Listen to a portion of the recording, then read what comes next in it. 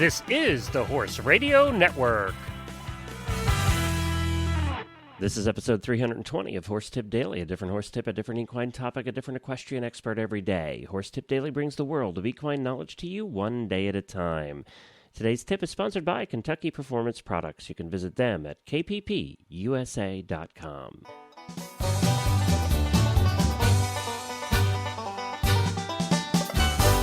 Howdy, everybody. Glenn the Geek back with you from Lexington, Kentucky, and welcome back to Horse Tip Daily. Well, we have a couple of tips coming up from my wife, Jennifer. Today we start with the first one.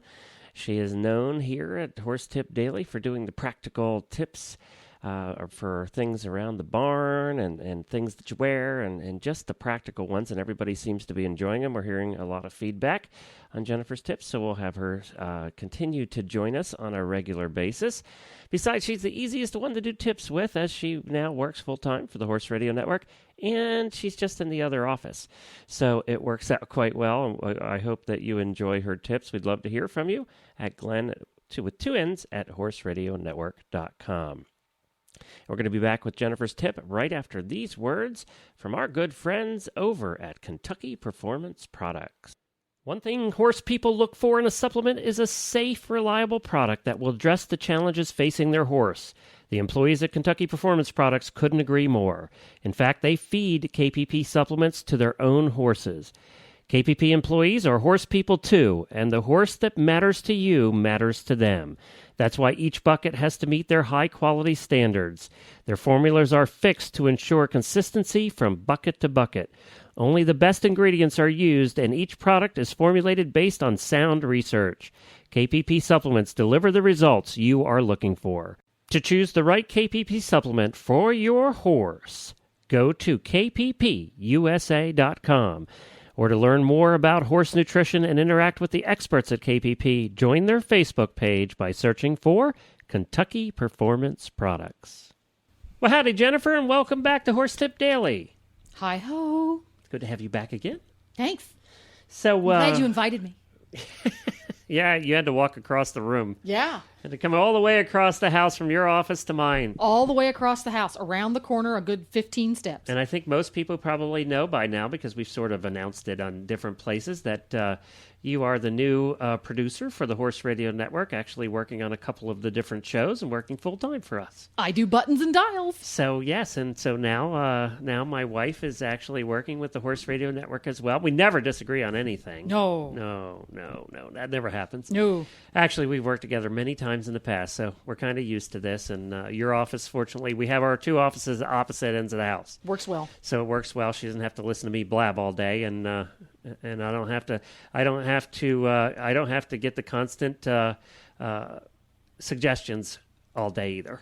Have you? Well, those are suggestions. When I need a piece of data from you, I need the data now. I know. I want an intercom, but she won't let us, and I'm kind of agreeing with her now, actually. Yeah. Anyway, we're doing tips. Oh, doing tips. That's right. Stay on point, I forgot on focus, what we were Glenn. doing Focus. today. Okay, tips. Tips. Sweat. Yeah, sweats. Did that a lot mowing the lawn today. Yeah. Yeah, it was kind of warm out. It's August in Kentucky. Yes, it is. Yeah. This tip is about putting sweats on your horse.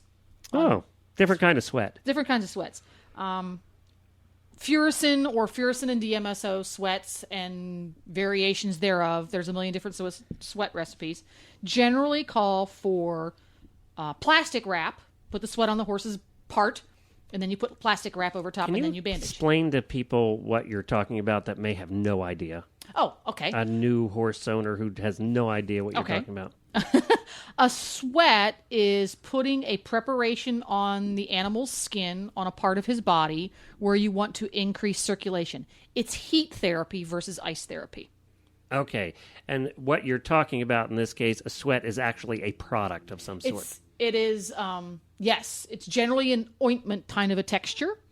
A mixture of Furacin, which is that yellow gooey stuff that your veterinarian always hands you when you get a boo-boo and you call the vet. And says not to get it on you. And it's bad. It's heavy-duty stuff. Yeah, if you use it, you really need to be wearing rubber gloves because certain scientific evidence shows that it can be carcinogenic, so you don't want to be fooling with it. Okay. And if you don't want to use Furacin, which I do not anymore, I use a product called Fura-Free from a company called Finish Line, and I find it extremely effective for all of the things I used to use regular Furacin on. Okay, Fura-free. Fura-free. And I actually like some of the ingredients in there are actually good for their skin, which I like even better because so oft times we're putting sweats on these horses' legs and their skin is already a little bit angry anyway. And I kind of like the fact that the Fura-free is actually good for their skin. The Fura-free liquid also is used to actually help with scabs, not be so. A scab can tend to get hard and then break off. Right. And the Fura-free will actually is a little thinner, and it'll help keep those scabs more flexible and less likely to break open and bleed again. When you have big wounds, it can be a wonderful product. Yeah. If you read through the ingredients list, it's very, very earth-friendly, very skin-friendly. It's a good product. That's an extra tip. This is 2 tips in one. I know. So anyway, actually, Fura-free's ingredient listing is just basically 5 different oils: tea tree oil, myrrh oil. I have no idea what that is. Is it myrrh? Yeah, maybe myrrh oil. MYRRH. Lemon balm oil, wheat germ oil, and calendula oil. Yep. Calendula. I think calendula oil is related to the tea tree, I think. Well, that's just but sounds it's good stuff. I want to drink it. Ew. But anyway. Or cook with it. Focus, just use Glenn, it for focus, sauteing, you know. Anyway, when you put the saran wrap over top, I kind of tried something different once when I had a horse with a very large degloving injury a long time ago, because the injury needed to have a sweat on it, but it was also a very weepy injury. So it was degloving. In other words, the skin was pulled off the bone in the same way you would pull your sock off and it would end up inside out. Okay. Okay, and then the skin was stitched back where it belonged. But there was a lot of bruising involved, so we wanted to put a sweat on there. And saran wrap was not a good option because there was so much serum coming out that it just made a big, disgusting, gooey mess. Because serum, when it oozes out of a wound, will blister the skin and the hair falls off and it's just an ugly scene.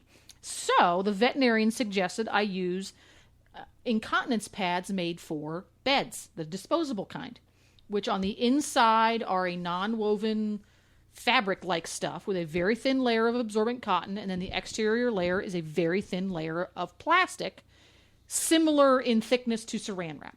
Oh, so what happens is the goop would have room to go out into the pad. Precisely. Yeah.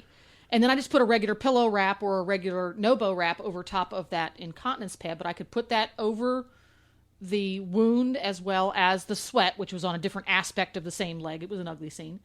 And it worked beautifully. So from there going forward, every time I put a sweat on a horse's body, I would use one of those instead of the saran wrap, and I just love it. So I see the title for this episode being Jennifer Speaks About Incontinence. Hey! I don't think that's politically correct, but you're probably right. Sorry. Just funny. All right, thank you. Made yourself laugh. Hey, if you can't make yourself laugh, what else is there? What else is there? That's right. What else is there? Well, thank you, Jennifer, if I can get through it. Ta! Well, thanks to Jennifer for joining me again. That was a lot of fun. It's always fun to record tips with my wife. If you can't enjoy recording tips with your wife, then you don't enjoy this job at all. And it's one of the coolest jobs in the world, let me tell you. All right, we'll be back again tomorrow with another new expert and a different horse tip. Until then, stay safe, everyone. The Horse Radio Network and the Horse Radio Network hosts are not responsible for statements of guests or their opinions. Use your own judgment when listening to the tips provided by the experts on Horse Tip Daily.